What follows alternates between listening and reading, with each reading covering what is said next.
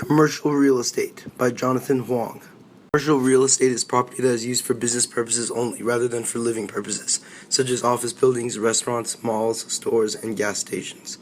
Commercial real estate is owned by an investor that collects rent from businesses that operate on the property and lease the space for a period of time.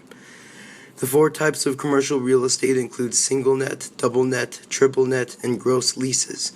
In addition to rent, a single net lease requires the tenant to also pay the property taxes.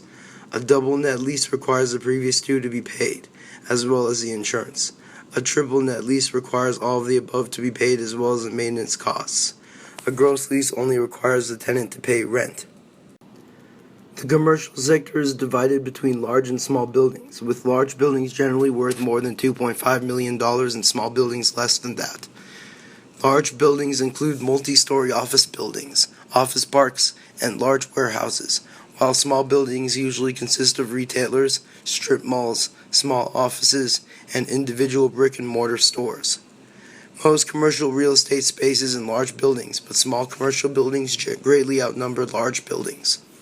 While residential mortgages are typically made to individual borrowers, commercial real estate loans are often made to business entities like corporations, developers, partnerships, and trusts and funds, which are often formed for the specific purpose of owning commercial real estate.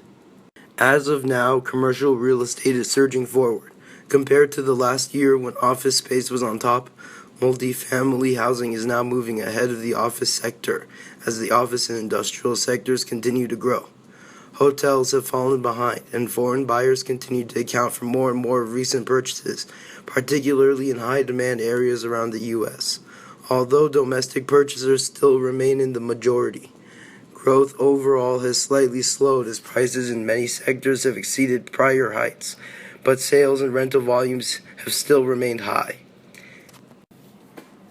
In the future, it is likely that current trends will affect the sales and construction of commercial real estate. With the increasing majority of Americans buying their products online and from supercenters like Amazon and Walmart respectively, there is less of a need for strip malls, shopping malls, and brick-and-mortar stores. The exceptions to this rule include businesses that sell products that a customer may need or want now and can't wait to have shipped, such as restaurants, gas stations, convenience stores, and pharmacies. In addition, increasing urbanization means that mixed-use development will become more common, and the use of high-rise towers will also become more common. This will help businesses fit into urban areas with lots of potential customers, and these towers will have multiple businesses that can provide residents with reduced distances to retailers, workplaces, and housing. Here in Rexburg, North Point is a good example of how commercial property could be integrated into residential property. Ultimately, commercial property will begin to focus less on brick-and-mortar stores and more on services rather than niche products, since there are many online sites that can fill these needs.